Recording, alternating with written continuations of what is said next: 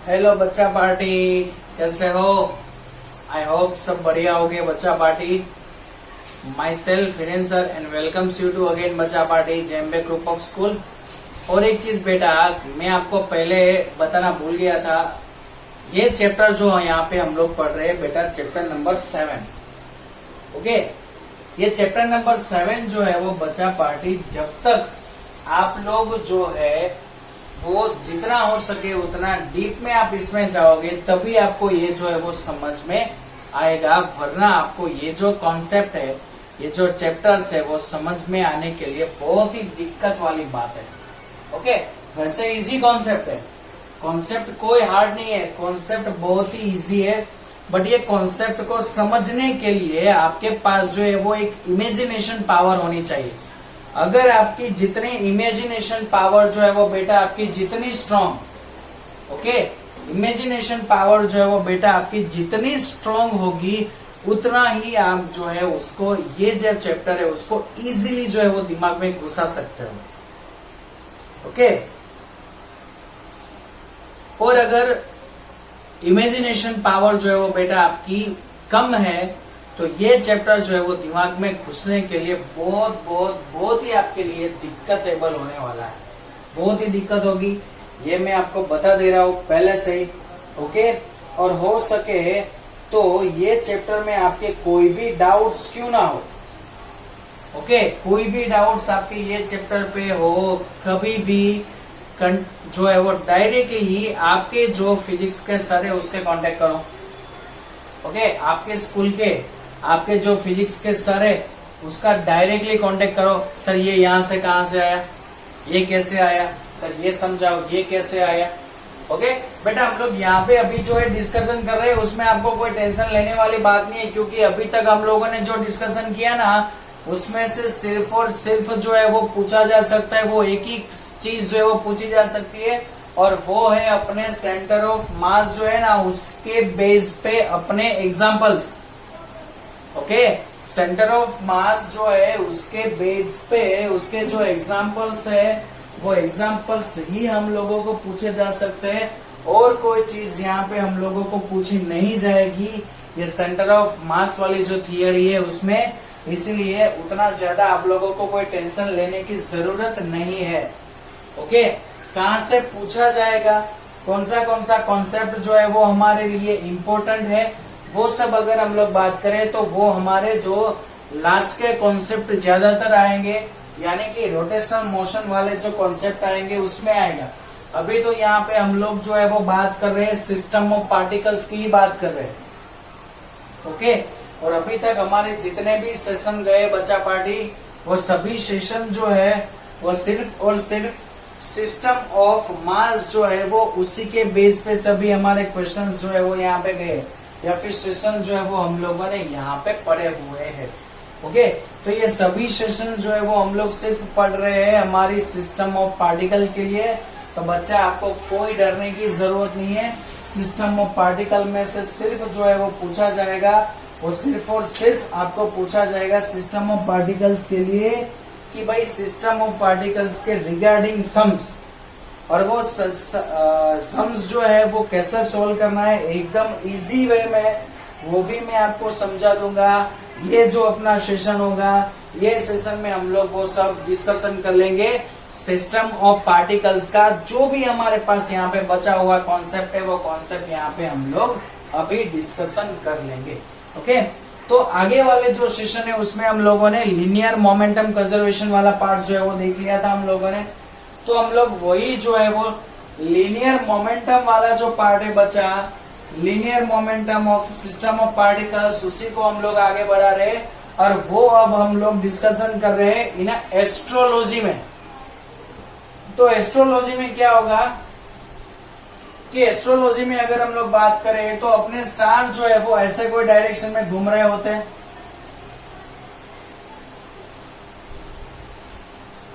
Okay, और second one, ये तो कोई एक स्टार जो है वो आपका ऐसे कोई मोशन में घूम रहा होता है। सेकेंड वन मोशन की अगर हम लोग बात करें तो कोई स्टार जो है वो सेकेंडली ऐसे घूमेगा। ये कोई सेकेंड वन वाला अपना जो है वो स्टार है। जो पहले मैंने कंटिन्यूअसली लाइन जो है वो ड्रॉ की है वो अपना फर्स्ट स्टार था। ओके, सपोज कि यहाँ पे अगर हम लोग ले ले तो ये अपना है स्टार 1, और यहाँ पे अगर हम लोग ले ले तो ये है अपना स्टार 2। तो अपने जो स्टार है वो ऐसे कोई डायरेक्शन में घूम रहे होते हैं, वो आगे जा रहे हैं, वो रोटेट तो हो रहे होते हैं, बट उसके साथ साथ वो आगे भी जा रहे हैं, यानी कि इसका जो मोशन है उसकी अगर हम लोग बात करें तो ट्रांसलेशनल मोशन तो है ही है, बट उसके साथ साथ इसका जो मोशन है वो रोटेशनल मोशन भी है। ये देखो रोटेट होते हुए जा रहा है, ओके, और वो रोटेट होते होते हुए आगे भी बढ़ रहा है, यानी कि ये जो अपना मोशन है वो कौन सा है, ट्रांसलेशनल। ओके, और यहाँ पे जो आ रहा है ये कौन सा आ रहा है, रोटेशनल। तो ये जो अपने सिस्टम है, जो सिस्टम की हम लोग बात कर रहे हैं एस्ट्रोलॉजी में 2 स्टार के बारे में, तो वो दोनों जो है वो रोटेशनल मोशन एंड जो है वो ट्रांसलेशनल मोशन दोनों यहाँ पे परफॉर्म करे। बट इसकी अगर हम लोग ट्रेजेक्टरी की बात करें बेटा, तो ट्रेजेक्टरी सर हम लोगों को इजीली यहाँ पे दिखाई नहीं दे रही है, क्योंकि जब दोनों स्टार जो है वो दोनों स्टार की ट्रेजेक्टरी सर मिक्स हो रही है। अब ये दोनों स्टार को अगर हम लोग 2 डायमेंशन में देखें, यानी कि आमने सामने उसको रख के देखें, तो आपको उसकी ट्रेजेक्टरी जो है वो ऐसे कुछ दिखेगी। ये कोई एक जो है वो सर्कुलर पाथ पे ही घूम रहे होते हैं। यहाँ पे अगर होगा कोई स्टार S1 और यहाँ पे होगा स्टार S2, तो इसकी जो है वेलोसिटी ये डायरेक्शन में सपोज है, तो ये जो वेलोसिटी है वो ये डायरेक्शन में होगी, यानी कि दोनों स्टार जो है वो दोनों स्टार क्या कर रहे हैं सर, सेम सर्कुलर मोशन में घूम रहे हैं, और ये क्या हो गया, सेंटर। ओके, तो सर दोनों स्टार अगर हम लोग देखें सामने से, तो दोनों स्टार जो है वो सर्कुलर मोशन में ही घूम रहे हैं। कौन से मोशन में घूम रहे हैं, दोनों जो है star moving in a circle about the centre of मास। और ये जो सेंटर ऑफ मास है वो क्या रह रहा है बेटा, तो ये सेंटर ऑफ मास जो है वो रह रहा है रेस्ट कंडीशन में। ये सेंटर ऑफ मास क्या है बेटा, तो सेंटर ऑफ मास जो है वो सर रेस्टिंग कंडीशन में रह रहा है। सेंटर ऑफ मास कौन सी कंडीशन में रह रहा है, तो सेंटर ऑफ मास जो है वो रेस्ट कंडीशन में रह रहा है। ओके, बट अगर हम लोग जब इसको नोट करें स्टार की जो पोजीशन है, तो स्टार की पोजीशन हम लोगों को सर एग्जैक्ट डायमेट्रिकली अपोजिट मिलेगी। क्यों सर, क्योंकि ये दोनों जो है वो, ये हमारा सर्कुलर पाथ जो है वो सर्कुलर पाथ के एग्जैक्ट डायामीटर पे ही आ गए। कहाँ पे आ गए, सर्कुलर पाथ के डायामीटर पे। इसलिए हम लोग उसको क्या बता सकते हैं कि भाई position of both star are as the end points of diameter. कहाँ पे है, तो डायामीटर के जो एंड पॉइंट है वहां पे ये दोनों का जो पोजीशन है वो, तो इसको हम लोग क्या बोल सकते हैं, डायमेट्रिकली अपोजिट पोजीशन पे है। ओके, तो ये दोनों स्टार जो है वो आपको डायमेट्रिकली अपोजिट पोजीशन पे मिलेंगे। आप चाहे कोई भी सिस्टम में ले लो, सपोज अभी एक यहाँ पे, चलो इसकी सेकेंड वन पोजीशन ये, इसकी जो है वो सेकेंड वन पोजीशन S1 है, तो वो ऑलवेज जो है वो सेंटर ऑफ मास जो है वहां से पास आउट होती हुई जो लाइन है, यानी कि जो लाइन एग्जैक्ट सेंटर में से पास आउट होती है सर्कल में, जिसको हम लोग, वो जो लाइन है उसको हम लोग क्या बोलते हैं बच्चा पार्टी, तो वो लाइन को हम लोग बोलते हैं एग्जैक्ट डायमीटर।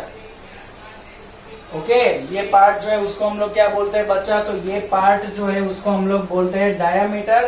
तो ये पूरा जो अपना सिस्टम है, यानी कि जो एस्ट्रोनॉमिकली 2 स्टार की अगर हम लोग सिस्टम की बात करें, तो वो 2 स्टार जो है वो घूम रहे हैं, वो भी about the centre of mass of system, and दोनों जो है उसकी पोजीशन क्या होगी, exact opposite at the diameter of circular path.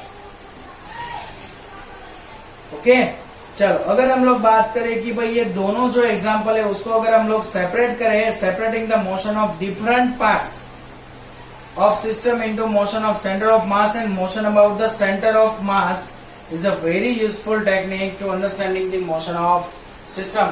इसको अगर हम लोगों को वेरी इजीली जो है वो सोल्व करना है, क्या करो, इसको ब्रेक कर दो। कैसे ब्रेक कर दो, सॉरी सेंटर ऑफ मास जो है ना उसको अलग कर दो, उसका मोशन अलग डिस्क्राइब करो, और ये जो सिस्टम जो है उसमें हम लोगों ने जो पार्टिकल लिए है, जो हम लोगों ने सिस्टम में बॉडी ली है, वो बॉडी जो है उसको अलग से जो है वो डिटरमाइन करो।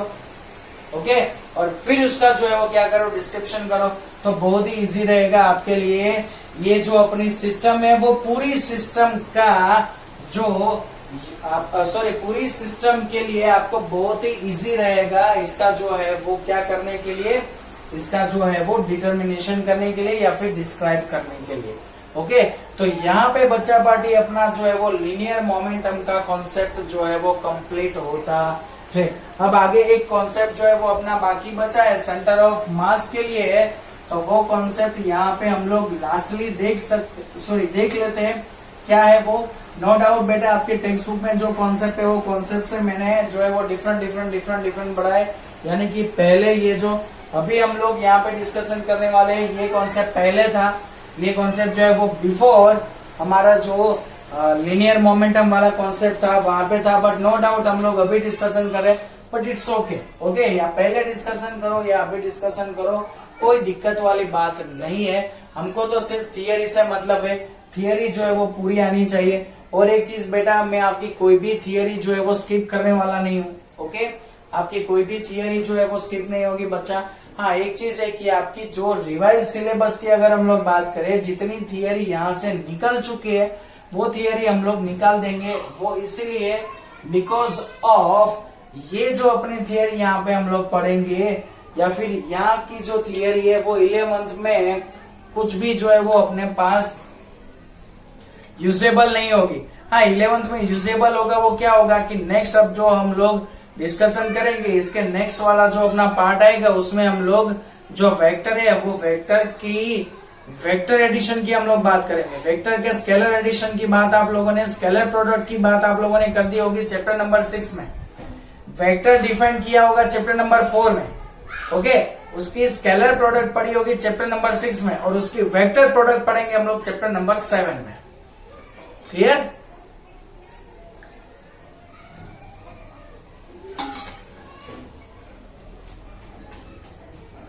चलो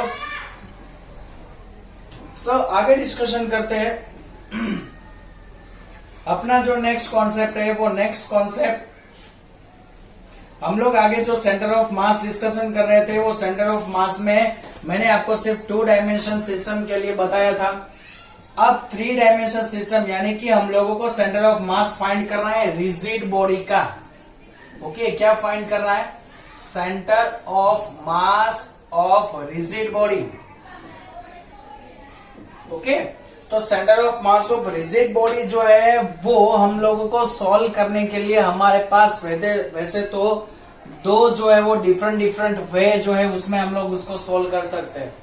ओके, सेंटर ऑफ मास जो है वो रिजिड बॉडी का आप लोग जो है वो 2 डिफरेंट मेथड से जो है वो डिस्कशन कर सकते हो। और वो डिफरेंट मेथड जो है या डिफरेंट वे जो बन रहा है वो बन रहा है फ्रॉम या फिर फॉर्म ऑफ दिस सिस्टम। अब सिस्टम कैसे फॉर्म हो रही है, वो सिस्टम के बेस्ड पे ये जो है वो डिफरेंट वे जनरेट होगा। फर्स्ट चलो बात कर रहे हैं centre of mass rigid body के लिए, फाइनाइट शेप के लिए।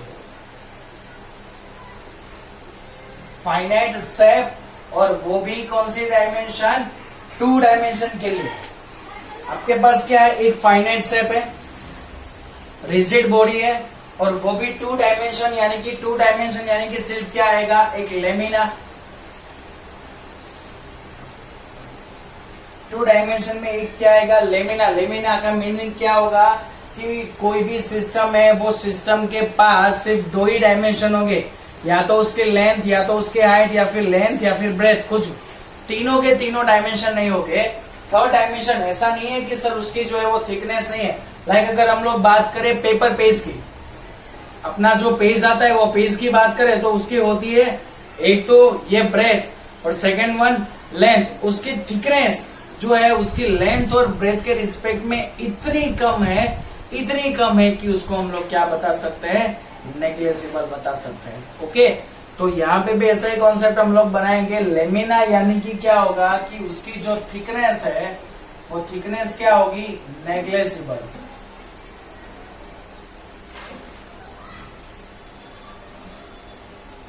ओके, लेमिना का मीनिंग क्या होगा? अपने पास कोई भी सिस्टम है वो कोई भी सिस्टम की अगर थिकनेस जो है वो नेग्लेजिबल थिकनेस है तो उसी को हम लोग क्या बोलेंगे बच्चा, तो उसी को हम लोग बोलेंगे बच्चा पार्टी लेमिना। ओके, चलो तो लेमिना की हम लोग अगर बात करें तो हमारे पास डिफरेंट डिफरेंट कई जो है शेप्स है उसकी लेमिना होगी, और वो शेप्स के रिगार्डिंग हम लोगों को उसको क्या करना है, उसका सेंटर ऑफ मास जो है वो फाइंड आउट करना है। ओके, बट चलो तो पहले बात करें रिजिड बॉडी की, तो रिजिड बॉडी ऑलरेडी हम लोगों ने डिस्कशन कर लिया था बेटा। रिजिड बॉडी यानी कि ऐसी कोई बॉडी द सिस्टम, या फिर ऐसी कोई सिस्टम या ऐसी कोई बॉडी की जहां पे distance between the two part of system, okay, distance between the two particle of body, या फिर सिस्टम के लिए बात करें तो distance between the two part of system are not changeable, यानी कि वो चेंज नहीं हो रहा है, are remain constant, so which is known as the rigid body, उसको ही हम लोग क्या बोलते हैं, रिजिड बॉडी। तो रिजिड बॉडी जो है उसके सेंटर ऑफ मास की बात करें तो रिजिड बॉडी का सेंटर ऑफ मास जो है वो inside of the system, outside of the system और on the system. Okay, inside the body, outside the body and on the body, तीनों में से कोई भी जो है वो पॉइंट्स पे हो सकता है। ऐसा फिक्स नहीं है कि उसका सेंटर ऑफ मास जो होगा वो एग्जैक्ट सेंटर में ही होगा। ओके, तो वो सेंटर से बाहर भी कहीं पे हो सकता है। ओके, कहां पे हो सकता है, सेंटर से बाहर भी कहीं हो सकता है, इनसाइड दी सिस्टम भी हो सकता है एंड ऑन दिस सिस्टम भी हो सकता है। चलो उसके डिफरेंट डिफरेंट शेप की बात करें। सपोज हमारे पास एक ट्राइंगल है और ट्राइंगल का सेंटर ऑफ मास कहां पे होगा, तो ट्राइंगल के आप लोग क्या ले लो,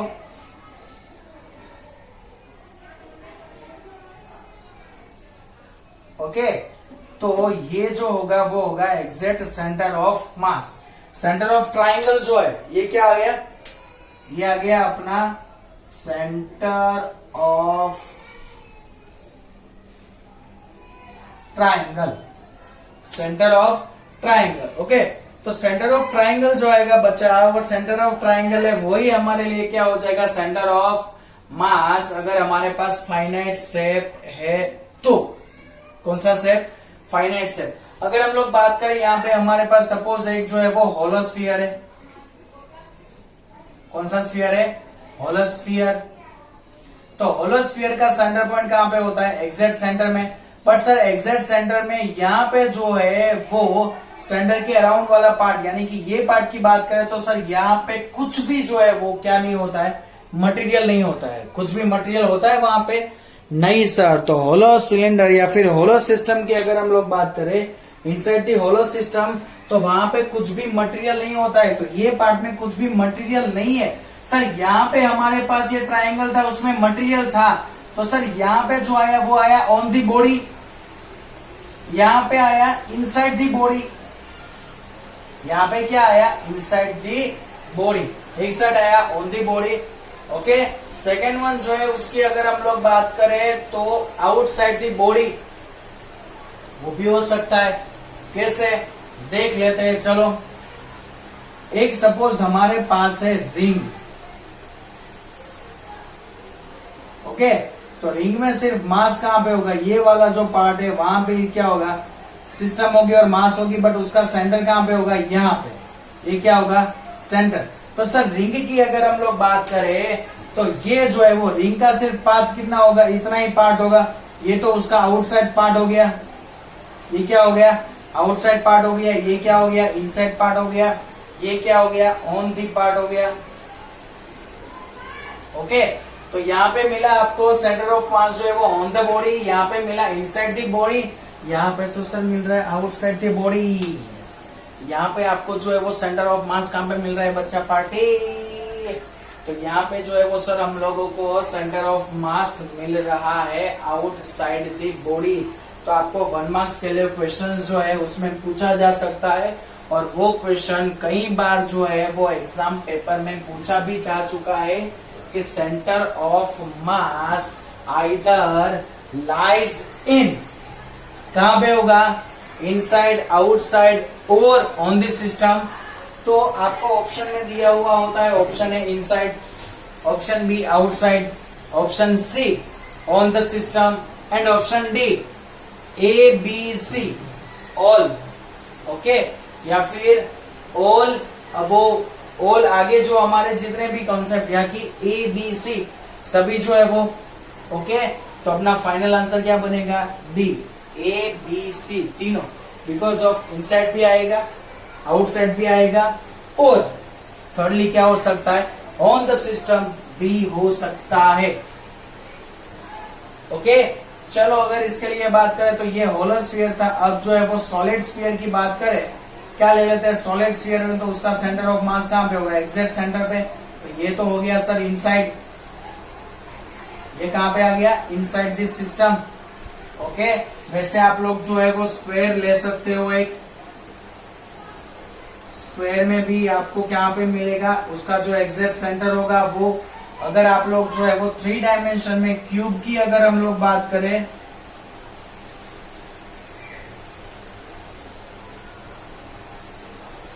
तो क्यूब का एग्जैक्ट सेंटर ऑफ मास कहां पे होगा?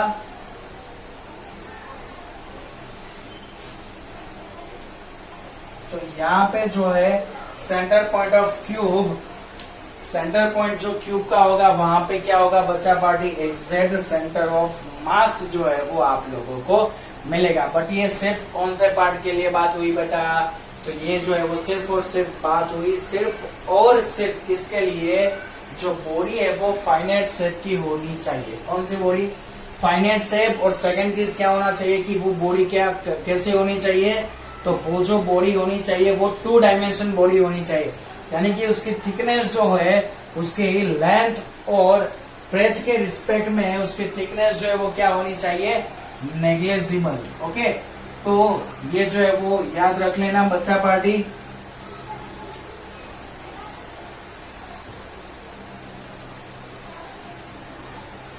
अब जो है वो ऐसा सोचते हैं कि हमारे पास जो है वो शेप हमारा कैसा है? इनडिफाइनाइट शेप है।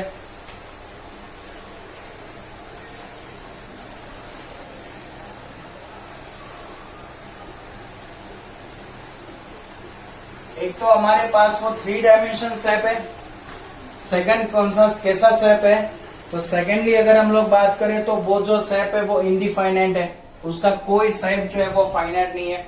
ऐसी कोई सिस्टम है और उसके लिए हम लोगों को फाइंड करना है, तो कैसे कर सकते हैं? लाइक अगर मैं बताऊं ऐसी कोई हमारे पास सिस्टम है 3 डायमेंशन, और ये सिस्टम के लिए हम लोगों को सेंटर ऑफ मास फाइंड करना है 3 डायमेंशन में, एक्स वाई जेड। ओके, तो अब क्या करोगे, कैसे करोगे? तो सर इसको ना एक चीज हम लोग कर सकते हैं क्या? इसको इतने छोटे, अब ये 3 डायमेंशन सिस्टम है तो वो तो 3 डायमेंशन में ही रहेगी। अब इसके इतने छोटे फाइनाइट शेप में उसको ब्रेक करो। क्या करो? इसको ना छोटे जो है वो टुकड़ों में इसको कट कर दो।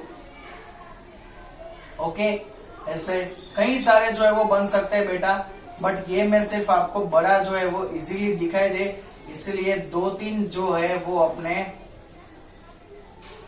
क्यूब ही में यहाँ पे जो है वो निकाल रहा हूं। ओके, देख लेना। तो ऐसे कई सारे बच्चा जो है वो क्यूब आप लोग निकाल सकते हो। ये क्यूब का सेंटर पॉइंट से आप लोग जो है वो निकाल सकते हो उसका पोजीशन वेक्टर, ये पोजीशन वेक्टर R2, इसका जो है वो पोजीशन वेक्टर R3।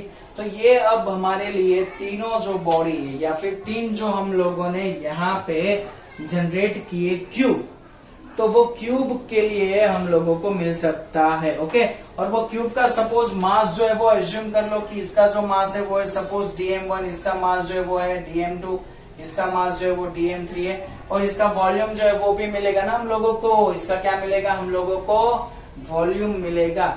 और ये वॉल्यूम जो है वो सपोज सोच लो कि इसका जो वॉल्यूम है वो तो इक्वल ही रहेगा dv जितना। ओके, वॉल्यूम जो है वो पूरी बॉडी के लिए जो वॉल्यूम हम लोग यहाँ पे लेंगे तो वो क्या रहेगा हमारे लिए? वो जो है वो इक्वल रहेगा कितना? dv जितना। ओके, सो dm पार्टिकल यानी कि ये dm वाला जो अपने पास क्या है? एक टुकड़ा है। ओके, तो उसके लिए फ्रैक्शन है हमारे पास, मास फ्रैक्शन। ओके, तो उसके लिए उसका जो पोजीशन वेक्टर होगा बच्चा पार्टी, वो पोजीशन वेक्टर क्या मिलेगा?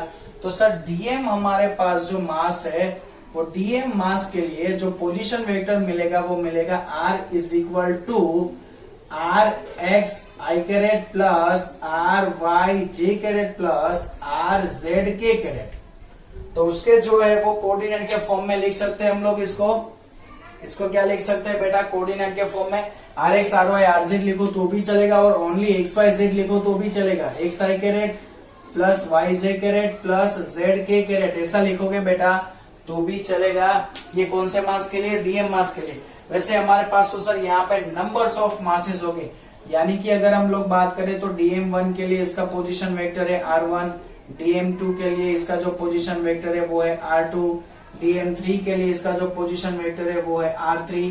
वैसे अप टू जो है वो हम लोग अगर बात करें DMN जो है वो उसके लिए हमको पोजीशन वेक्टर जो मिलेगा वो क्या मिलेगा? RN जितना।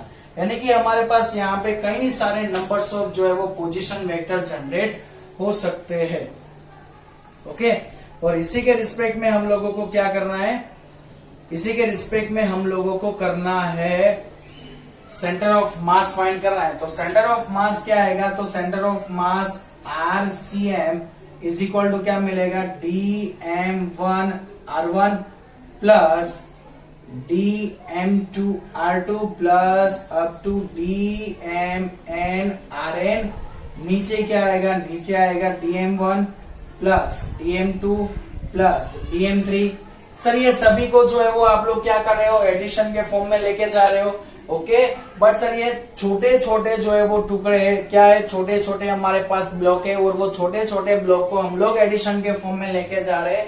जब आपके पास डेरिवेशन फॉर्म में हो या फिर छोटे छोटे टुकड़े हो, और उसको अगर आप लोगों को एडिशन के फॉर्म में लेके जाना है, चैप्टर नंबर 6 में भी आप लोगों ने डिस्कशन किया होगा। ओके, वहां पे आपका कॉन्सेप्ट आया होगा work due two variable force. Work due two variable force का जो बेटा आपका कॉन्सेप्ट होगा, वहां पे आप लोगों ने ये डिस्कशन किया होगा कि ये जो समेशन है वो किस में कन्वर्ट हो जाएगा? वो हो जाएगा इंटीग्रेशन में कन्वर्ट। सो ये क्या हो जाएगा? इंटीग्रेशन। ओके, ये कौन से फॉर्म में कन्वर्ट हो जाएगा? इंटीग्रेशन के फॉर्म में कन्वर्ट हो जाएगा। और क्या हो जाएगा? Integration DM vector R divided by integration DM. ये इंटीग्रेशन डीएम ये तो क्या हो जाएगा सर? ये तो हो जाएगा टोटल मास एम। ये इंटीग्रेशन डीएम जो है वो बेटा क्या हो जाएगा? तो ये जो है वो टोटल मास हो जाएगा एम। ओके, तो इसको जो है वो क्या बोलते हैं कि total mass M, rigid body का टोटल मास।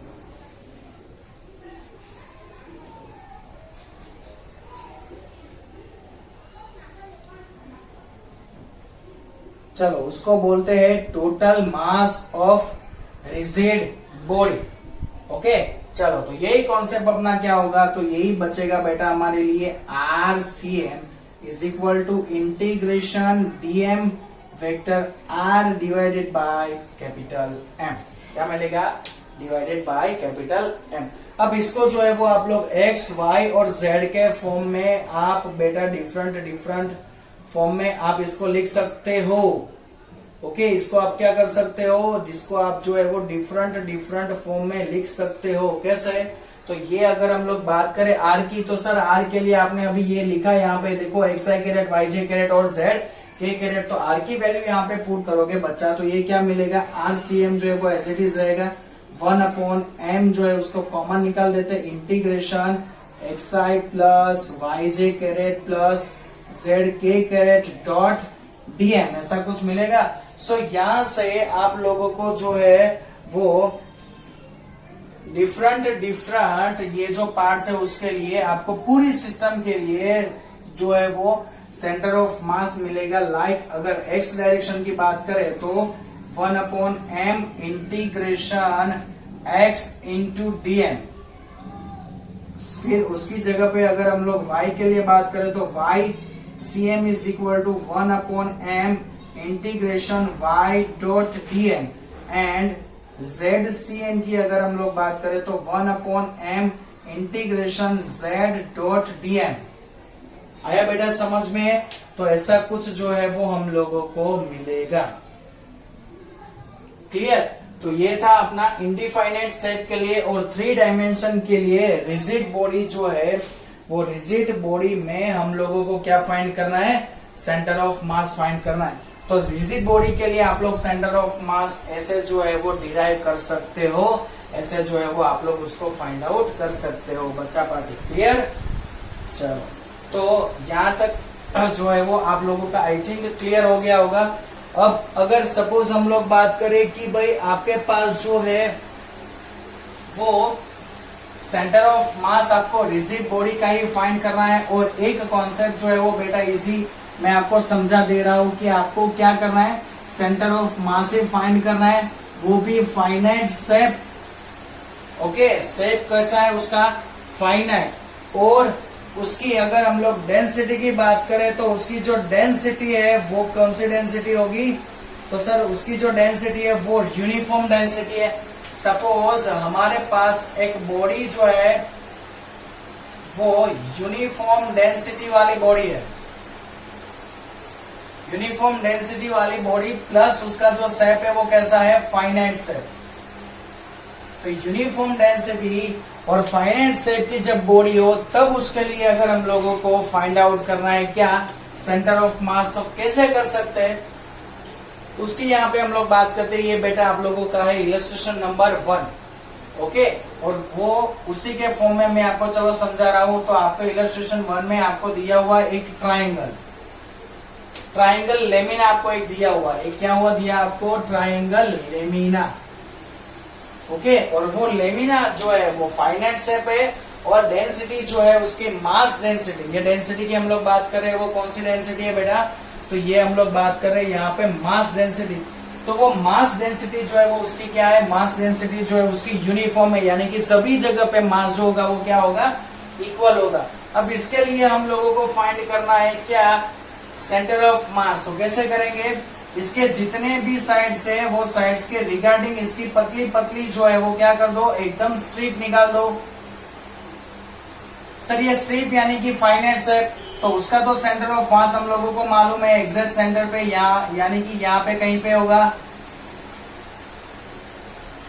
ओके, ये एक मिलेगा आपको, सेम आपको यहाँ पे भी मिलेगा। ऐसे आप जो इसके जो है वो क्या कर दोगे? पतली पतली जो है वो स्ट्रिप निकाल दोगे। तो अब ये जो अपनी बेस है उसके रिस्पेक्ट में हमने निकाल दी, ये बेस के रिस्पेक्ट में निकाल दी। अब सिर्फ ये बेस के रिस्पेक्ट में बाकी बची, तो उसके रिस्पेक्ट में आपको ऐसा कुछ मिलेगा जो यहाँ से आप लोग उसको ऐसी स्ट्रिप जो है उसमें कन्वर्ट कर रहे हो। तो ये स्ट्रिप में कन्वर्ट करने के बाद ये सभी स्ट्रिप जो है उसका सेंटर ऑफ मास, जो सेंटर ऑफ मास बेटा, या फिर ये सभी जो स्ट्रिप है वो सभी स्ट्रिप का सेंटर ऑफ मास जहाँ पे तीनों डायरेक्शन का कोइंसाइड होगा, वो सेंटर ऑफ मास को हम लोग कहेंगे अपनी ये जो ग्राफिकल मेथड के रिस्पेक्ट में हम बात कर रहे हैं। तो ये जो अपनी मेथड है किसके लिए? सॉलिड बॉडी का centre of mass of solid body of uniform density. Okay, and specific finite shape या जियोमेट्रिकल शेप। शेप उसका कैसा है? स्पेसिफिक जियोमेट्रिकल शेप है, फाइनाइट शेप है, और उसकी जो डेंसिटी है वो क्या है? यूनिफॉर्म मास डेंसिटी वाली बॉडी। ओके, ऐसे आपके पास अगर कोई भी बॉडी क्यों ना हो, सभी बॉडी के लिए आप लोग जो है वो फाइंड कर सकते हो। ओके, चलो अब इसके बेस पे जो है वो सेकेंडली बात करें कि सर अगर हमारे पास जो है वो एक है ये बार, और ये बार का सेंटर ऑफ मास फाइंड करना है प्रैक्टिकली। ओके, थियोरेटिकली नहीं। तो कैसे करेंगे? तो सर इसका सेंटर ऑफ मास यानी कि इसकी जो है वो छोटे छोटे स्ट्रिप बना दो, बना दी। ओके, चलो अब इसका सेंटर ऑफ मास कहाँ पे होगा? तो इसका सर सेंटर ऑफ मास हम लोग इजीली बता सकते हैं, एग्जैक्ट सेंटर पॉइंट पे होगा। क्यों एग्जैक्ट सेंटर पे? क्योंकि ये जो स्ट्रिप हम लोगों ने बनाई फर्स्ट वन, और यहाँ पे भी हमारी जो फर्स्ट वन स्ट्रिप होगी, दोनों साइड से सेंटर ऑफ मास से दोनों साइड से हमारी जो ये स्ट्रिप होगी सर, वो दोनों स्ट्रिप का जो मास है वो क्या होगा? इक्वल। इसका मास m1, इसका मास भी m1। तो दोनों मास एक दूसरे के अपोजिट डायरेक्शन में है। ओके, सेंटर से ये जो डिस्टेंस है वो कितना होगा, सपोज -x1, और ये जो डिस्टेंस है वो सपोज कितना है, +x1। तो ये दोनों को आप लोग मिक्स करो कि ये दोनों के थ्रू आपको जो सेंटर ऑफ मास मिलेगा वो क्या मिलेगा, m1 - x1 plus m1 plus x1 upon m1 plus m1। Okay, तो सर ये m1 plus x1 m1 minus x1 cancel, तो आ गया 0। क्या गया, 0। तो ये एक दूसरे का जो मास है वो क्या कर देगी, बैलेंस कर देगी। क्या करेगी, बैलेंस करेगी, जिसकी वजह से इसके जो मास है वो एक दूसरे की क्या हो जाएंगे, कट हो जाएंगे। और कट होने की वजह से आपको लास्ट में सिर्फ एक ही स्ट्रिप जो है वो मिलेगी, जो एग्जैक्ट सेंटर पे होगी। कहाँ पे होगी, एग्जैक्ट सेंटर पे। और वो स्ट्रिप का जो सेंटर पॉइंट है वही अपना सेंटर पॉइंट हो गया, किसके लिए, ये जो अपना रोड है वो रोड का सेंटर पॉइंट। बोलो बच्चा पार्टी समझ में आया? आई होप सब बच्चा पार्टी को इजीली जो है वो समझ में आ गया होगा। अब जो है वो आप एग्जाम्पल के थ्रू हम लोग जो है वो देख लेते हैं कि इसमें से हम लोगों को जो पढ़ना था, नो डाउट हम लोग थियरी में 4-5 जो है वो यहाँ पे अपने सेशंस जो है वो पढ़ चुके हैं। ओके, और सभी सेशंस की अगर हम लोग बात करें तो कम से कम हम लोगों ने 2-2.5 घंटा जो है वो यहाँ पे निकाल दिया है। बट ये 2-2.5 घंटे में से जो पूछा जा सकता है ना, वो सिर्फ एक ही कॉन्सेप्ट है, इसके बेस पे इसका एग्जाम्पल। अब वो कैसे सोल्व करना है इसका एग्जाम्पल, उसकी मैं यहाँ पे आपको बात कर रहा हूँ। ओके, सपोज आपके पास ऐसी कोई एक लेमिना है।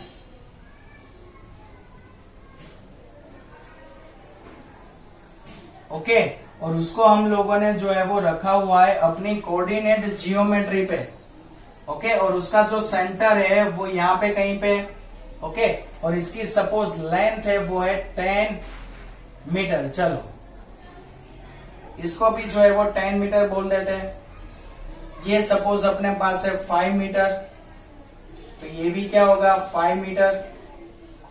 वैसे ये भी जो है वो क्या है, 5 मीटर। चलो, तो इसके आप लोग जो है वो ब्लॉक बना सकते हो, जितने भी बनाना है वो बना लो। तो ये सभी ब्लॉक जो है वो क्या मिलेंगे, 5x5 मीटर के मिलेंगे। ओके, ये भी क्या आ गया सर, ये भी सेंटर यानी कि ये भी 5 मीटर आ गया। तो यहां से ये डिस्टेंस भी जो है वो क्या हो जाएगा, 5 मीटर का हो जाएगा। तो सर ये आ गया 3 डायमेंशन। अब इसके जो सेंटर ऑफ मास है वो हमको मालूम है, इसका यहाँ पे होगा, इसका सेंटर ऑफ मास यहाँ पे होगा, इसका सेंटर ऑफ मास जो है वो यहाँ पे होगा। तो वो सभी का ये जो ओरिजिन है वो ओरिजिन से सेंटर ऑफ मास फाइंड कर लो।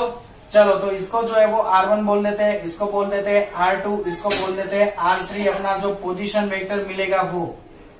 ओके, और इसके फॉर्म में हम लोगों को यहाँ पे कोऑर्डिनेट मिलेंगे x1 y1, इसके कोऑर्डिनेट हो गए हमारे x2 y2, और इसके जो कोऑर्डिनेट हो गए वो हो गए हमारे x3 y3।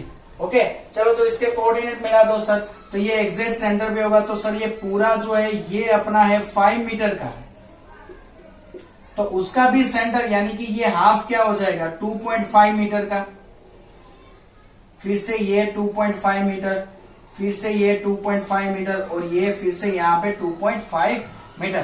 तो वैसे नंबर्स ऑफ 4 पार्ट्स जो है वो यहाँ पे बच्चा पार्टी आपके पास क्रिएट हो गए 2.5 मीटर्स के लिए। यहां से यहां तक ये एक 2.5 मीटर, ये सेकेंड वन यहां तक, ये थर्ड वन यहां तक, और ये यहां से यहां तक ये फोर्थ वन। तो ये क्या होगा, 2.5 मीटर्स के हमारे पास क्या होंगे, ब्रेक पड़ेंगे। सो इसके रिस्पेक्ट में हम लोगों को x1 y1 की वैल्यू मिलेगी। x1 क्या होगा, x एक्सिस पे कितना है, 2.5। वैसे सेम आप लोग y एक्सिस पे जो है वहां पे भी आप लोग पार्ट जो है वो बेटा क्रिएट कर सकते हो 2.5 के। तो ये 2.5 मीटर, ये भी 2.5 मीटर, ये जो है वो भी 2.5 मीटर, ये वाला जो है वो भी 2.5 मीटर। सो ये टोटल मास के अगर हम या फिर ये टोटल अगर बात करें तो x1 y1 जो है वो यहाँ पे क्या मिलेगा सर, दोनों 2.5 है। वैसे x2 y2 की बात करें तो x2 क्या मिलेगा सर, x2 यानी कि यहाँ पे इसको 2 बोल देते हैं, इसको बोल देते हैं 1, इसको बोल देते हैं थर्ड वन वाला पार्ट। तो 2 पे अगर हम लोग बात करें तो सर ये 2.5 यानी कि x2 मिला 7.5। y2 क्या मिला, तो सर y2 की हाइट की अगर हम लोग बात देखें तो सर वो तो 2.5 पे ही है। वैसे x3 y3 की वैल्यू क्या मिलेगी सर, x3 जो है वो यहाँ पे 2.5 पे, ये देख लो x3 कहाँ पे 2.5 पे, ओके, और y3 कहाँ पे है, तो सर y3 जो है वो यहाँ पे है और वो है 7.5 पे। तो अब आपके पास ये क्वेश्चंस जो है आप पढ़ोगे बेटा, तो क्वेश्चन में ना आपको ये सभी बॉडी के लिए मास जो है वो दिया हुआ होगा, ये आपको क्वेश्चन में ही फिगर दे दी गई होगी, और सभी बॉडी में ये जो क्वेश्चन में जो है वो मास भी आप लोगों को दिया हुआ होगा, और वो मास के बेसिस पे आप लोगों को जो है वो फाइंड आउट, मास आपके पास है सबके, ओके, और आपके पास अब ये x1 x2 x3 तीनों y1 y2 y3 तीनों वैल्यू मिल चुकी है। तो आप लोग जो है वो x डायरेक्शन का सेंटर ऑफ मास और y डायरेक्शन का सेंटर ऑफ मास, जो x और y डायरेक्शन के जो हमारे फॉर्मूलाज है वो फॉर्मूला के बेस पे आप लोग बना सकते हो। ओके बेटा, तो यहाँ पे हमारा टोटल जो है सेंटर ऑफ मास वाला पार्ट जो है वो पूरा का पूरा यहाँ पे होता है कंप्लीट। ओके बेटा, so bye bye, take care, see you soon, stay healthy and stay happy. मिलते हैं अपने नेक्स्ट सेशन से, जहां पे हम लोग जो है वो डिस्कशन करेंगे अपने जो है वो रोटेशनल मोशन की। ओके बच्चा, बाय एंड टेक केयर।